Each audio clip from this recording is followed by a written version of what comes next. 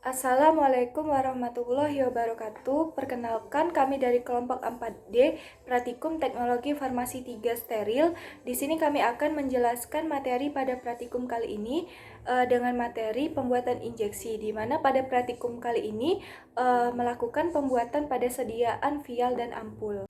Ampul adalah sediaan yang berbentuk silindris yang terbuat dari gelas yang memiliki ujung runcing atau leher dan bidang dasar itu datar, di mana untuk ampul ini merupakan sediaan dosis tunggal atau single dose yang di mana dosisnya itu digunakan untuk satu kali pemakaian, di mana ukuran nominalnya itu adalah 1, 2, 5, 10, 20, 25, dan 30. Dalam pembuatan ampul, terdapat dua cara penutupan sediaan ampul, yaitu dengan tarik putus dan tutup ujung.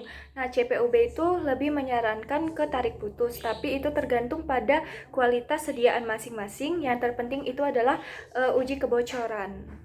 Nah, sedangkan untuk vial ini sendiri adalah salah satu wadah dari bentuk sediaan steril yang umumnya digunakan pada dosis ganda, namun terkadang juga digunakan untuk wadah dosis tunggal. Nah, bentuk umum dari vial ini ada dua, yaitu dalam bentuk flakon dan bentuk botol atau kolf. Nah, kalau flakon itu digunakan untuk menampung volume sebesar 2-20 ml, sedangkan kalau untuk bentuknya itu botol atau kolf itu menampung 50-1000 ml. Baik, di sini saya akan menjelaskan pembahasan tentang praktikum kali ini. Adapun formula yang digunakan di sini adalah tiamin HCl. Tiamin HCl ini berfungsi sebagai zat aktif klorobutanol. Klorobutanol ini digunakan sebagai bahan pengawet. WFI di sini sebagai pelarut. Adapun keuntungan dari sediaan ini ialah obat-obat yang rusak atau diinaktifkan oleh sistem saluran cerna atau tidak diabsorpsi dengan baik untuk memberikan respon memuaskan. Dapat diberikan secara parental. Yang kedua, sering digunakan apabila dibutuhkan absorpsi yang segera, seperti keadaan darurat. Yang ketiga, kadar obat dalam darah yang dihasilkan jauh lebih bisa diramalkan atau kadar obat lebih besar dari pemberian oral. Yang keempat, memungkinkan pemberian dosis yang lebih kecil. Yang kelima, pemberian secara parental berguna dalam pengobatan pada pasien yang tidak mau bekerja sama, misalnya kehilangan kesadaran atau sebaliknya tidak dapat menerima obat secara oral.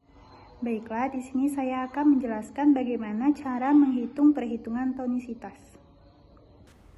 Untuk sediaan vial, yang pertama kita harus mencari perhitungan bahan. Perhitungan bahannya sebagai berikut. Yang kedua, baru menghitung perhitungan tonisitas. Metode yang pertama dipakai adalah metode ekuivalen NaCl. Pertama, kita harus mencari nilai LISO, E, dan kesetaraan NaCl, sehingga didapatkan nilai sebagai berikut. Lalu mendapat total tonisitas dan dihasilkan bahwa sediaan ini hipotonis kekurangan NaCl 0,087 gram. Yang kedua adalah metode krioskopik. Untuk mencarinya, dicari dulu dengan rumus penurunan titik beku. Apabila sudah dicari, maka menghasilkan nilai-nilai sebagai berikut. Yang pertama ada nilai total penurunan delta TF oleh zat. Yang kedua ada nilai selisih penurunan titik beku. Lalu ada nilai jumlah setara dengan nilai selisih penurunan titik beku. Dan disimpulkan bahwa untuk sediaan 10 ml maka setara dengan kekurangan NaCl 0,086794 gram. Selanjutnya metode White-Vincent. Untuk menghasilkan nilai-nilai sebagai berikut, maka dicari dengan rumus volume air. Sehingga dihasilkan volume air yang ditempati zat, kelebihan volume, dan kelebihan volume setara. Dengan rumus yang sudah tertera sebagai berikut, sehingga dihasilkan nilai 0,086859 gram. Selanjutnya dengan metode Sprowels. Untuk mencarinya digunakan rumus F1 dan F2, sehingga dihasilkan nilai-nilai sebagai berikut. Lalu akan dicari volume air yang ditempati zat, kelebihan volume, dan kelebihan volume setara dengan nilai 0,0899 gram. Selanjutnya, metode faktor disosiasi. Menggunakan nilai konsentrasi, Fa, dan tonisitas zat. dengan rumus sebagai berikut.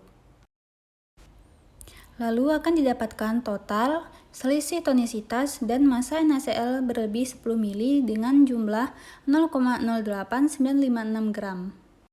Selanjutnya perhitungan bahan ampul. Untuk perhitungan tonisitas, yang pertama digunakan metode ekuivalen NaCl. Untuk sediaan ampul hanya dihitung tiamin HCl saja, sehingga didapatkan kesimpulan bahwa sediaan ini hipotonis kekurangan NaCl sebesar 0,0093 gram.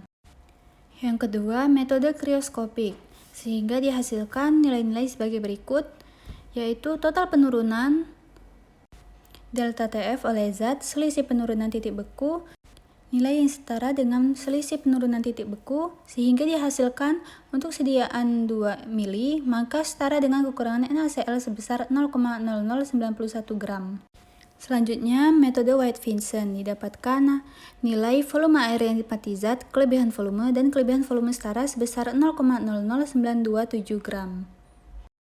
Untuk metode Sproul dihasilkan kelebihan volume setara sebesar 0,017 gram. Selanjutnya, metode faktor disosiasi dihasilkan massa NaCl berlebih 2 mili sebesar 0,017 gram. Adapun kesimpulan yang dapat kita ambil dari penjelasan tadi diantaranya itu pertama, perhitungan tonisitas ini menggunakan beberapa metode antara lain metode ekuivalensi NaCl, kemudian ada metode krioskopik, kemudian ada metode White-Vincent, dan ada metode faktor disosiasi. Kemudian ada zat tambahan yang digunakan dalam pembuatan injeksi, antara lain itu ada larutan dapar dan pengawet. Dalam hal ini kita menggunakan klorobutanol pada vial dan benzyl alkohol pada ampul. Kemudian ada larutan dapar yang berfungsi untuk mempertahankan pH obat itu sama dengan pH fisiologis tubuh. Kemudian dia juga dapat mengurangi risiko iritasi dan meningkatkan stabilitas obat. Dalam pembuatan injeksi baik itu ampul ataupun vial ini, dia memerlukan penambahan volume untuk mencegah terjadinya kekurangan volume cairan. Dan yang terakhir, ada hal-hal yang perlu kita perhatikan pada ampul, diantaranya ampul itu kan tidak memerlukan pengawet karena dia bersifat takaran tunggal. Kemudian dia juga tidak perlu isotonis. Kita hanya cukup mensterilkan ujung ampul itu dengan alkohol 70% dan dibilas dengan larutan obat sebelum diisi dengan larutan obat kita. Mungkin itu saja kesimpulan yang dapat kita sampaikan pada video kali ini. Atas segala kekurangan kami mohon maaf. Semoga video ini bermanfaat. Akhir kata, wassalamualaikum warahmatullahi wabarakatuh.